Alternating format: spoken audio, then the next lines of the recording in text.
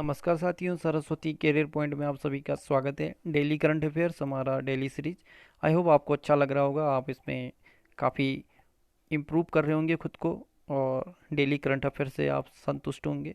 कोई भी आपको डाउट होता है तो उसके लिए आप अपना कमेंट पे बॉक्स पे प्रतिक्रिया दे सकते हैं। चलिए आज का करंट अफेयर शुरू करते हैं और लाइक और शेयर करना ना भूलें। आज का पहला क्वेश्चन, एक भारत श्रेष्ठ भारत कार्यक्रम के तहत दिल्ली को किस राज्य के साथ जोड़ा गया? तो ये सिक्किम से जोड़ा जाएगा। इस पहचान को मानने मनाने और मजबूत करने के लिए देश में एक भारत श्रेष्ठ भारत केंद्रित अभियान चलाया जा रहा है। दिल्ली में सिक्किम के रेजिडेंट कमिश्नर अश्विनी कुमार चांद ने कहा कि 2017 के बाद से दोनों राज्यों के चयनित छात्र और शैक्षिक कार्यक्रम के तहत एक दूसरे का दौरा कर रहे हैं। उन्होंने कहा कि सिक्किम और दिल्ली में समय समय पर खाद्य उत्सवों और नृत्य समारोहों के साथ सांस्कृतिक आदान प्रदान हो रहा है। इस पहल ने दिल्ली और सिक्किम के बीच एकता को मजबूत किया है। सिक्किम के मुख्यमंत्री है प्रेम सिंह तमांग, गवर्नर है गंगा प्रसाद, राजधानी है गंगटोक। मानसिक स्वास्थ्य पुनर्वास हेल्पलाइन किरण का शुभारंभ किसके द्वारा किया गया? तो यह थावरचंद गहलोत। सामाजिक न्याय और अधिकारिता मंत्री थावरचंद गहलोत 7 सितंबर को 24/7 निःशुल्क मानसिक स्वास्थ्य पुनर्वास हेल्पलाइन किरण का शुभारंभ करेंगे।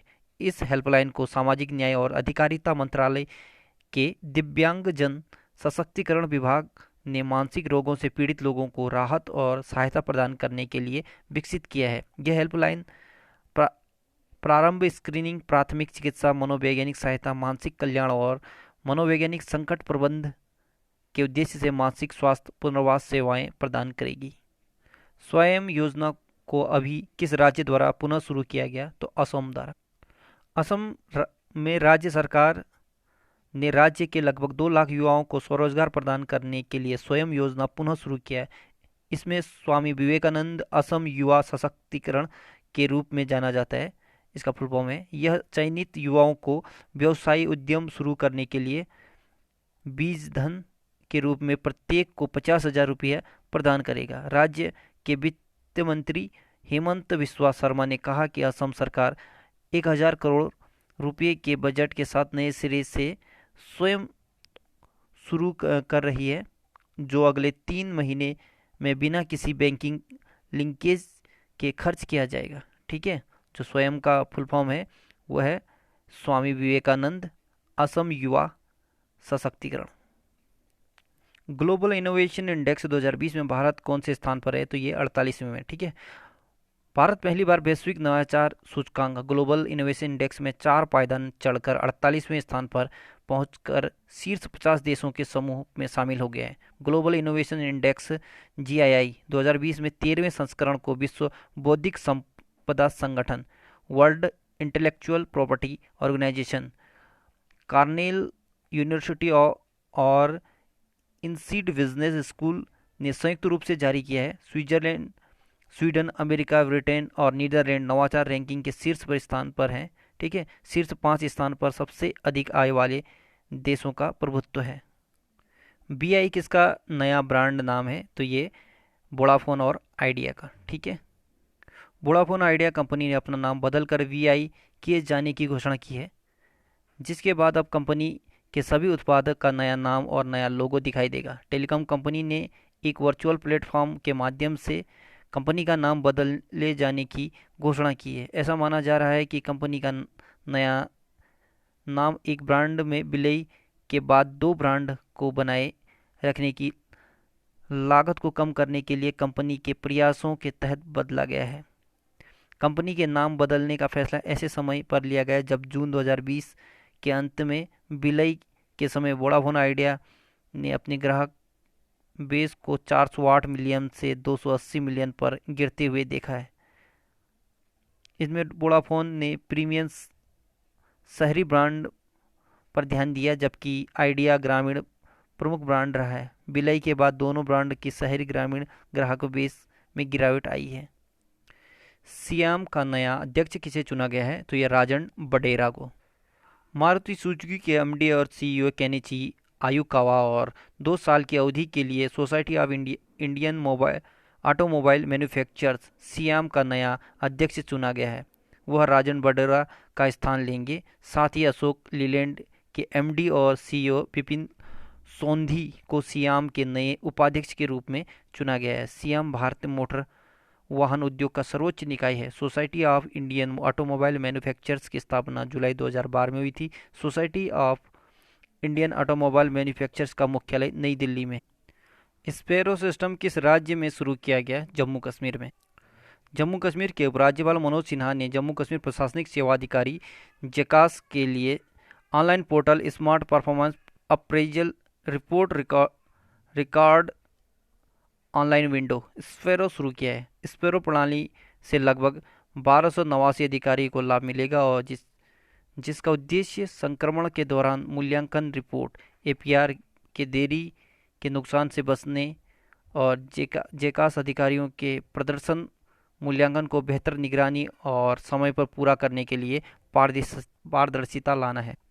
हाल ही में क्रिकेटर इयान बेल ने संन्यास का ऐलान किया है। वे किस देश के हैं? वो इंग्लैंड के हैं। इंग्लैंड के क्रिकेटर इयान बेल ने 2020 में घरेलू सत्र के समाप्त होने के बाद क्रिकेट के सभी फॉर्मेट से संन्यास लेने की घोषणा कर दी है। उन्होंने 2004 में डेब्यू किया था। उन्होंने इंग्लैंड के लिए 118 टेस्ट, 161 एक दिवसीय और 8 टी20 मैच खेले हैं। उन्होंने टेस्ट क्रिकेट पर ध्यान देने के लिए 2015 में वनडे से संन्यास ले लिया था। उनके टीम में खेलने के दौरान इंग्लैंड 7 में से 5 एशेज श्रृंखला जीतने में कायम रहा। वह 2013 सीरीज में प्लेयर ऑफ द सीरीज रहे, जहां उन्होंने 62.44 की औसत से 562 रन बनाए थे। और याद रखना, जो एशेज सीरीज होता है यह ऑस्ट्रेलिया और इंग्लैंड के बीच होते हैं। इन्फोसिस ने product design firm kaleidoscope innovation में कितने मिलियन अमेरिकी डॉलर के अधिग्रहण की घोषणा की है? तो ये 42 मिलियन। ठीक है। इन्फोसिस ने उत्पादन डिजाइन और डेवलपमेंट फर्म कैलिडोस्कोप इनोवेशन का 42 मिलियन अमेरिकी डॉलर तक का अधिग्रहण करने की घोषणा की है। कैलिडोस्कोप एक यूएस आधारित फर्म है जो इन्फोसिस को डिजाइन और इंजीनियरिंग के व्यापक समझ के साथ एक विधिक प्रतिभा वाले पूल में शामिल कर देगा। कैलिडोस्कोप इनोवेशन चिकित्सा, उपभोक्ता और प्रौद्योगिकी बाजार को स्मार्ट उत्पाद बनाने के लिए डिजाइन और विकास प्रदान करता है। इन्फोसिस के सीईओ हैं सलील पारेख और हेडक्वार्टर है बेंगलुरु, कर्नाटक में। अमेरिकी राष्ट्रपति डोनाल्ड ट्रंप ने किस शहर को पहले विश्व युद्ध हेरिटेज सिटी घोषित किया है? तो ये विलिंगटन को।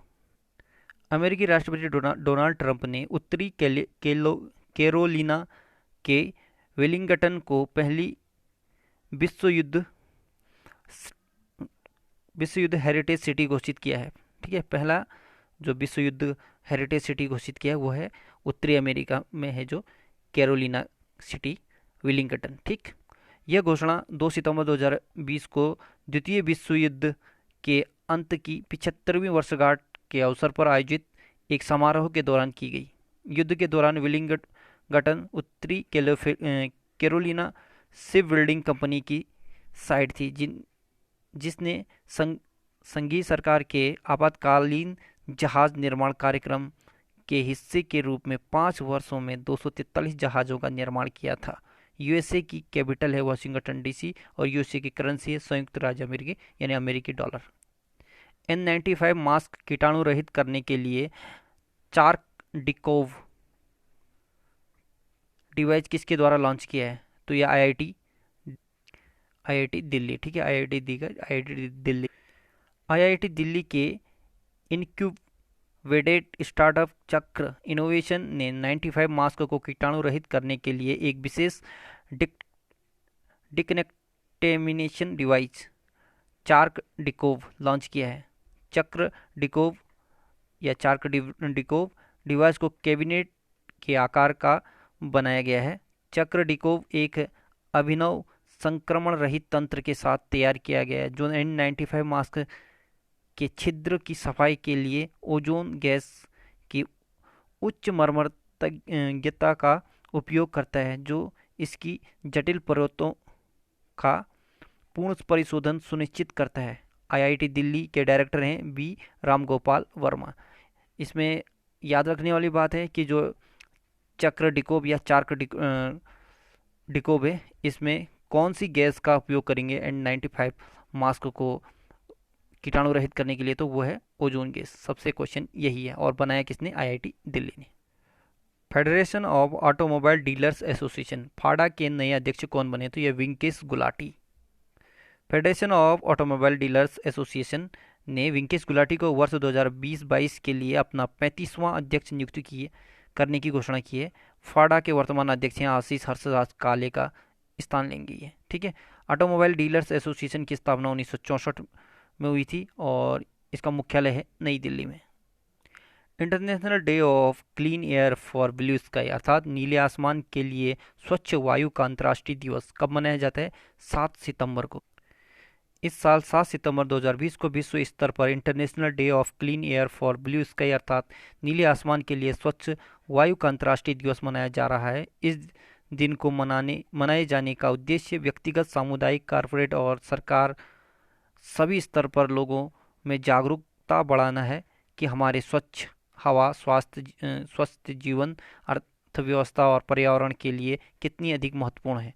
इस वर्ष 7 सितंबर 2020 को नीले आसमान के लिए स्वच्छ वायु का पहला अंतर्राष्ट्रीय दिवस मनाया जाएगा। संयुक्त राष्ट्र महासभा ने अपने 74वें सत्र के दौरान 19 दिसंबर 2019 को नीले आसमान के लिए अंतर्राष्ट्रीय स्वच्छ वायु दिवस मनाने का प्रस्ताव अपनाया था। F1 इटालियन ग्रैंड फिक्स 2020 के विजेता कौन है? तो ये पियरे गैसली। राष्ट्रीय लघु उद्योग दिवस कब मनाया जाता है? ये 30 अगस्त को। ठीक है। प्रत्येक वर्ष 30 अगस्त को अंतर्राष्ट्रीय लघु उद्योग दिवस मनाया जाता है।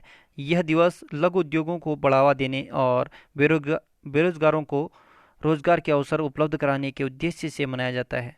भारत जैसे विकासशील देश में आर्थिक विकास के लिए लघु उद्योगों की महत्वपूर्ण भूमिका है। अंतर्राष्ट्रीय साक्षरता दिवस कब मनाया जाता है? तो ये 8 सितंबर को। प्रत्येक वर्ष 8 सितंबर को विश्व स्तर पर अंतर्राष्ट्रीय साक्षरता दिवस मनाया जाता है। यह दिन व्यक्तियों, समुदायों और समाज के लिए साक्षरता के महत्व और अधिक साक्षर समाज के लिए गहन प्रयासों की आवश्यकता के बारे में जागरूक फैलाने के लिए मनाया जाता है। यूनेस्को द्वारा 1967 में 8 सितंबर को अंतर्राष्ट्रीय साक्षरता दिवस मनाया गया था फर्स्ट बार, ताकि अंतर्राष्ट्रीय समुदाय को व्यक्तियों, समुदायों और समाज के लिए साक्षरता के महत्व के बारे में जागरूक किया जा सके। इसका थीम है इस बार literacy, teaching and learning in the कोविड-19 क्राइसिस एंड बियॉन्ड। ठीक है। यूनेस्को का हेडक्वार्टर पेरिस, फ्रांस में है और इसके चीफ हैं आंद्रे अजोले। यूनेस्को का स्थापना हुआ था 16 नवंबर 1945 को। तो साथियों, आज का करंट अफेयर यहीं पर समाप्त होता है। कल नई सीरीज के साथ फिर हाजिर होंगे। तब तक के लिए गुड लक। जाते जाते एक खबर दे दूं, देश में होगा अब नए संसद भवन का निर्माण। टाटा ग्रुप 862 करोड़ में बनाएगी नया पार्लियामेंट। ठीक है। ये कल के जीके में भी क्वेश्चन था। So good luck. क्वेश्चन को ध्यान से पढ़ना, नोट्स बनाना और लाइक और शेयर जरूर करना। Have a nice day.